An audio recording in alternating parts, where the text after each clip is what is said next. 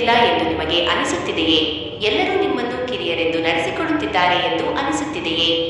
ಒಂದು ನಿಮಿಷ ನಿಲ್ಲಿ. ಈ ಕಥೆ ನಿಮ್ಮ ಜೀವನವನ್ನೇ ಬದಲಿಸಬಹುದು. ಒಂದು ಹಳ್ಳಿಯಲ್ಲಿ ಒಂದು ಹಳೆಯ ದೇವಸ್ಥಾನವಿತ್ತು. ಅದರ ಒಳಗಡೆ ಒಂದು ಚಿಕ್ಕ ದೀಪವಿತ್ತು.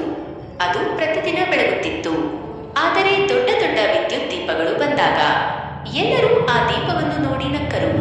ನೀನು ತುಂಬಾ ಚಿಕ್ಕವನು, ನಿನ್ನ ಬೆಳಕು ಏನೇನೂ ಸಾಲದು, ನಿನ್ನ ಕಾಲ ಮುಗಿದು ಹೋಯಿತು. ಆ ದೀಪಕ್ಕೆ ತುಂಬಾ ಬೇಸರವಾಯಿತು.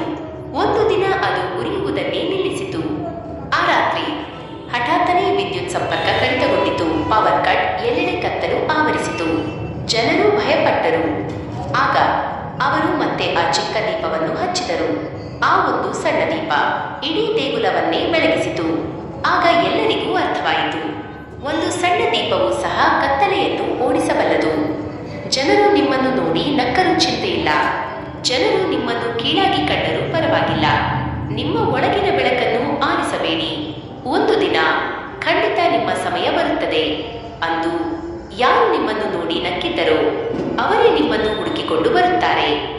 ನೀತಿ, ಮಾರಲ್, ನಿಮ್ಮ ಮೌಲ್ಯವನ್ನು ತಿಳಿಯಿರಿ. ಸಣ್ಣದು ಎಂದರೆ ದುರ್ಬಲ ಎಂದರ್ಥವಲ್ಲ. ನಿಮ್ಮ ಪ್ರಯತ್ನವನ್ನು ಎಂದಿಗೂ ನಿಲ್ಲಿಸಬೇಡಿ. ನೀತಿ, ಒಂದು ಸಣ್ಣ ಬೆಳಕು ಸಹ ಕತ್ತಲೆಯನ್ನು ದೂರ ಮಾಡಬಲ್ಲದು. ನೀವು ನೋಡುತ್ತಿದ್ದೀರಿ ಪಾಮಿ ಮೋಟಿವೇಶನ್ ಚಾನೆಲ್. ಇಂತಹ ಇನ್ನೂ ಹೆಚ್ಚಿನ ಪ್ರೇರಣಾದಾಯಕ ಕಥೆಗಳಿಗಾಗಿ ಲೈಕ್ ಮಾಡಿ, ಶೇರ್ ಮಾಡಿ, ಸಬ್ಸ್ಕ್ರೈಬ್ ಮಾಡಿ.